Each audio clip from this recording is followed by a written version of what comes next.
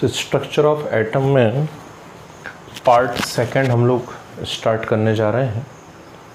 Part one में जैसा आप लोगों ने देखा, shell, subshell, orbitals, quantum numbers, ऑफ-वाउंड पाउली प्रिंसिपल और उसके ढेर सारे क्वेश्चंस, ये मैं आपको बता चुका हूँ। पार्ट सेकंड में हमें क्या डिस्कस करना है, पार्ट टू में हमें डिस्कस करना है इलेक्ट्रॉन, प्रोटॉन, न्यूट्रॉन्स की discovery, atomic number, mass number और atomic mass and different atomic species like isotope, isobar, isotone, isoelectronic, isosteres, isodiaphers etcetera. ठीक है, तो सबसे पहले हम बात करते हैं डिस्कवरी ऑफ इलेक्ट्रॉन की।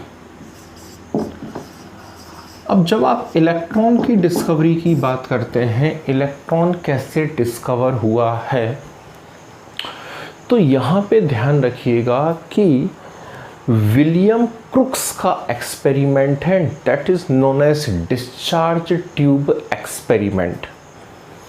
डिस्चार्ज ट्यूब एक्सपेरिमेंट क्या एक्सपेरिमेंट है, ये इन्होंने डिस्कवरी ऑफ कैथोड रेस के लिए किया हुआ है। एक थिक ग्लास ट्यूब ली हुई है, this thick glass tube is known as discharge tube. इस डिस्चार्ज ट्यूब के अंदर उन्होंने क्या लगाए हुए हैं, इलेक्ट्रोड्स लगाए हुए हैं। आउटर सर्किट से उसे उन्होंने कनेक्ट कर दिया है, नियरली 10,000 वोल्ट यहाँ पर दिया और यहाँ एक वैक्यूम पंप से उसे कनेक्ट किया हुआ है जिससे अंदर प्रेशर को कंट्रोल किया जा रहा है। ठीक, अब कंडीशन सुनिएगा। इनिशियली प्रेशर है 1 atm। जब प्रेशर 1 atm उन्होंने अप्लाई किया और 10,000 वोल्ट दिया, तो वो देखते हैं कि अंदर कहीं किसी भी प्रकार की कोई कंडक्टिविटी नहीं मिल रही है। मतलब जो नॉर्मल एटमॉस्फेरिक प्रेशर है उस पर gases are bad conductor of electricity. Clear? धीरे धीरे उन्होंने प्रेशर डिक्रीज करना चालू करा। मान लीजिए कर दिया 10⁻⁻² atm। जब टेम्परेचर 10⁻⁻² atm किया तो वो क्या देखते हैं कि पूरी की पूरी ट्यूब के अंदर एक ऑरेंज ग्लो नजर आने लगा। ठीक, पूरी पूरी ट्यूब चमकने लगी, कंडक्शन होने लगा, करंट फ्लो करने लगा और पूरी की पूरी ट्यूब क्या होने लगी, अंदर चमकने लगी, ऑरेंज ग्लो मिल रहा है। प्रेशर उन्होंने और डिक्रीज करा 10⁻⁻4 atm। जब प्रेशर उन्होंने 10⁻⁻4 atm कर दिया तो अब वो क्या देखते हैं, ये टर्मिनल यहाँ पॉजिटिव एंड से जुड़ा हुआ है तो कौन है, एनोड है, और ये टर्मिनल नेगेटिव एंड से जुड़ा हुआ है तो कौन है, कैथोड है। तो जैसे ही प्रेशर 10⁻⁻4 atm किया और 10,000 वोल्ट तो यहाँ अप्लाई कर ही रहे हैं, तो वो क्या देखते हैं कि ये जो एनोड है और एनोड के ऊपर एक ग्रीन ग्लो नजर आने लगा। और यदि एनोड परफोरेटेड है मतलब क्या है, इसमें बारीक बारीक से होल है, तो एनोड के जो पीछे वाली ग्लास वॉल है, इस ग्लास वॉल पे उन्हें क्या नज़र आने लगा, एक ग्रीन ग्लो नज़र आने लगा। इससे उन्होंने कुछ एक निष्कर्ष निकाले, कुछ पॉइंट्स निकाले कि ज़रूर कैथोड की तरफ से कुछ रेज आ रही हैं और वो रेज आकर के एनोड पे टकरा रही हैं और क्या प्रोड्यूस कर रही हैं, ग्लो प्रोड्यूस कर रही हैं। क्लियर? ये रेज कैथोड की तरफ से आ रही थी, that's why these rays were known as cathode rays. इसलिए इनको क्या नाम दे दिया उन्होंने, कैथोड रेज नाम दे दिया। क्लियर है बात? ठीक, अब हमें क्या करना है, हमें कैथोड रेज की प्रॉपर्टीज याद करनी है भाई। ठीक, मैं बहुत सारी प्रॉपर्टीज बता रहा हूँ, एक एक करके आप नोट करते रहेंगे। फर्स्ट प्रॉपर्टी सुनिए, cathode rays travel in straight line. ठीक, cathode rays travel in straight line. कैसे पता पड़ेगा कैथोड रेज स्ट्रेट लाइन में चला करती हैं?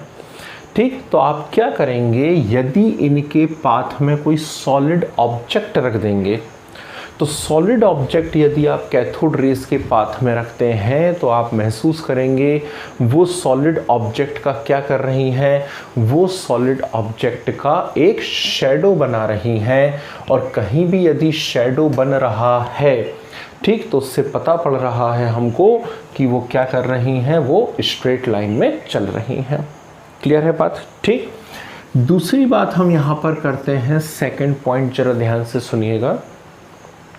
दूसरी बात यहाँ पर क्या आएगी कैथोड रेस के लिए कि इनका ये जो रास्ता है जहाँ से होकर के ये जा रही हैं, इसमें हम लोग कोई एक लाइट पैडल व्हील रख दें, एक बहुत हल्का सा पहिया रख दें, तो ये क्या करेंगी, उसको घुमाना चालू कर देंगे।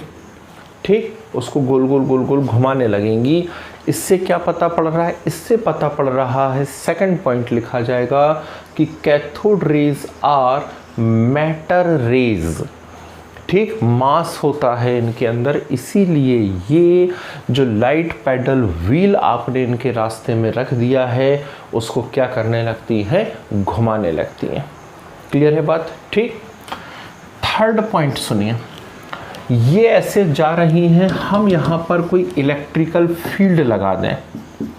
ठीक, मान लीजिए यहाँ आपने कोई इलेक्ट्रिकल फील्ड लगा दिया, तो इलेक्ट्रिकल फील्ड में ये किस तरफ डेविएट हो जाती हैं, towards positive terminal. Positive terminal की तरफ डेविएट हो रही हैं। ये प्रूव कर रहा है कि जो कैथोड रेज हैं वो कैसी हैं, नेगेटिवली चार्ज्ड हैं। Is it clear? तो स्ट्रेट लाइन में चला करती हैं, मैटर रेज होती हैं, नेगेटिवली चार्ज्ड होती हैं। ठीक, नेक्स्ट पॉइंट यहाँ पर लिखा जाना चाहिए कि इनकी जो वेलोसिटी होती है, ठीक है ना, वो नियरली, या इनकी जो स्पीड होती है, चलिए फिजिक्स में तो दोनों अलग अलग बातें हैं, वेक्टर और स्केलर, केमिस्ट्री में काम चल जाता है स्पीड बोल लें या वेलोसिटी बोल लें।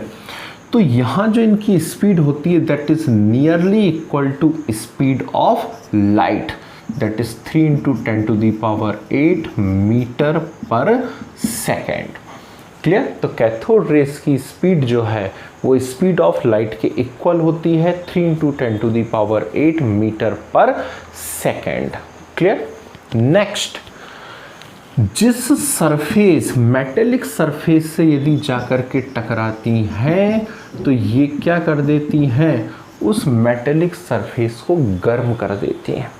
Heat the object on which they fall due to transfer of kinetic energy. ठीक, पॉइंट लिखा जाना चाहिए कि ये जिस सरफेस से आकर के टकराती हैं उस सरफेस को, मेटेलिक सरफेस को हीट कर देती हैं, गर्म कर देती हैं due to transfer of kinetic energy. Is it clear? Next,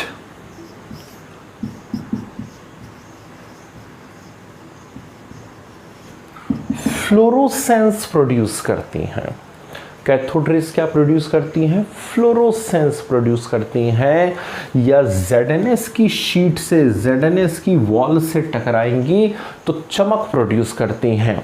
ये वैसे सभी के सभी जो भी एनर्जेटिक पार्टिकल्स हैं, जो भी पार्टिकल्स हैं, उन सभी की कैरेक्टरिस्टिक्स होती है कि जब ये पार्टिकल्स जाकर के किसी शीट से या ZNS शीट से टकराते हैं तो क्या करते हैं, ग्लो देते हैं, चमकने लगते हैं, तो उसको हम क्या बोलते हैं, फ्लोरोसेंस दे रहे हैं। ठीक है।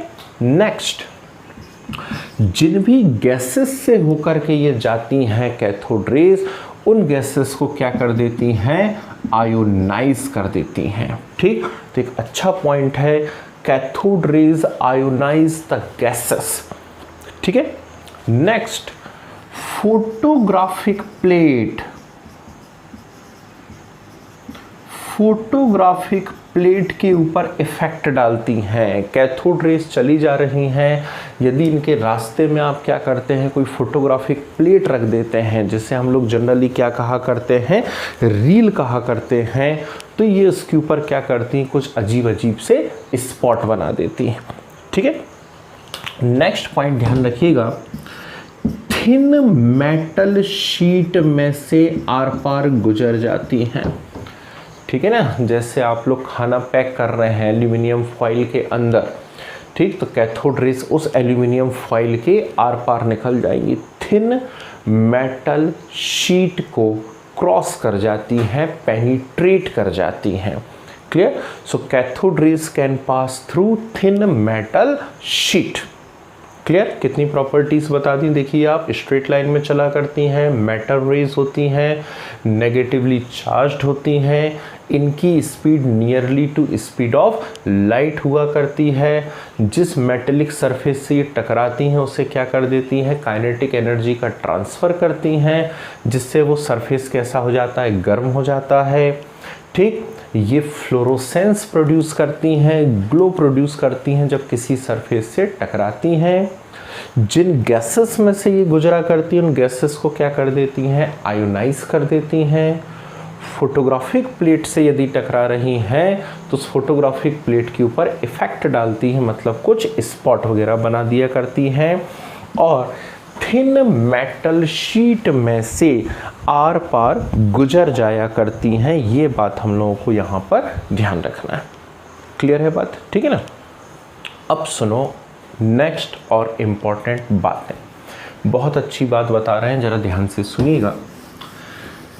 Cathode rays when strike with heavy metal, ठीक, लिख लीजिएगा इस पॉइंट को ध्यान से।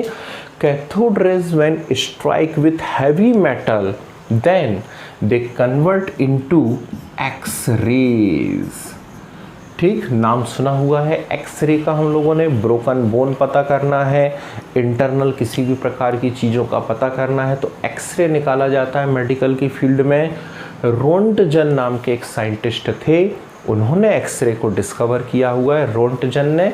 ठीक, और उन्होंने कैसे एक्सरे बनाई हुई है, कैथोड रेज को हैवी मेटल पे ले जा करके टकराया, तो कैथोड रेज जब हैवी मेटल से टकराती हैं तो वो किस में कन्वर्ट हो जाती हैं, एक्स रे में कन्वर्ट हो जाती हैं। क्लियर? तो एक इम्पॉर्टेंट पॉइंट है। नेक्स्ट 10th पॉइंट है, लिखा जाना चाहिए कि when cathode rays strike with heavy metal then they convert into X ray. Clear? तो ये सब विलियम क्रुक्स के एक्सपेरिमेंट थे। ठीक, और उनकी थोड़ी सी हेल्प कर रहे थे थॉमसन।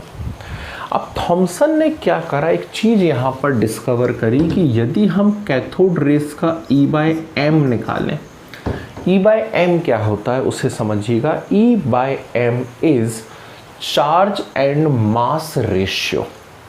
क्या बोलेंगे आप इसे, charge and mass ratio, and it is equal two electron that is 1.76 into 10⁸ coulomb पर ग्राम। ठीक, तो इसका E/m होता है 1.76 इंटू 10⁸ कूलाम पर ग्राम। ये इलेक्ट्रॉन के इक्वल है, इसीलिए बोला गया कि cathode rays are beam of electron. Cathode rays क्या होती हैं, बीम ऑफ इलेक्ट्रॉन होती हैं। क्लियर है बात? ठीक, नेक्स्ट और बहुत जबरदस्त इंपॉर्टेंट पॉइंट लिखिए, the E/m of cathode raise. एक तो ये बहुत इंपॉर्टेंट पॉइंट था, ध्यान रखिएगा कि हैवी मेटल से जब ये टकराया करती हैं तो किस में कन्वर्ट हो जाती हैं, एक्स रे में कन्वर्ट हो जाती हैं। दूसरी बात, the E/m of cathode raise not depends on nature of gas taken in discharge tube। Discharge tube में आप जो गैस ले रहे हैं उस गैस के नेचर पर इसका E/m डिपेंड नहीं करता। कृपया करके इस बात को याद रखिए कि इंपॉर्टेंट कंसेप्ट है, डायरेक्ट क्वेश्चन पूछा जाता है कॉम्पिटिटिव के अंदर। क्लियर है बात? ठीक है ना?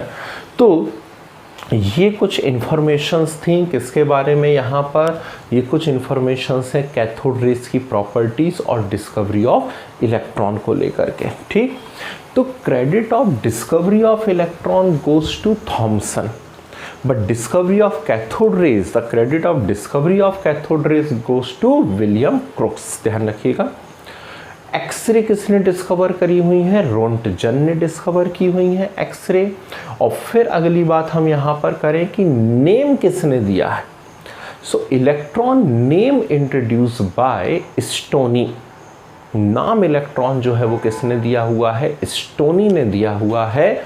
और यहाँ पर एक और आप चीज़ याद रखिएगा कि इलेक्ट्रॉन का हम मास निकालें इन मोशन, ठीक, जब इलेक्ट्रॉन मोशन कर रहा है उस समय यदि हम इलेक्ट्रॉन का मास निकालते हैं तो मास ऑफ इलेक्ट्रॉन इन मोशन, ठीक, मोशन मूवमेंट कर रहा है इलेक्ट्रॉन, उस समय यदि आप इसका मास कैलकुलेट करते हैं तो इसका फार्मूला होता है rest mass of electron upon under root of 1 minus u upon C square. ठीक, इस रिलेशन की हेल्प से आप निकालते हैं mass of electron in motion. Clear है बात? ठीक, तो ये कुछ इंपॉर्टेंट इंफॉर्मेशंस हैं जो आपको मालूम होना ही चाहिए। क्लियर, बिल्कुल आपको आना चाहिए ये सारे के सारे पॉइंट्स। क्लियर है बात? ठीक है ना, चलिए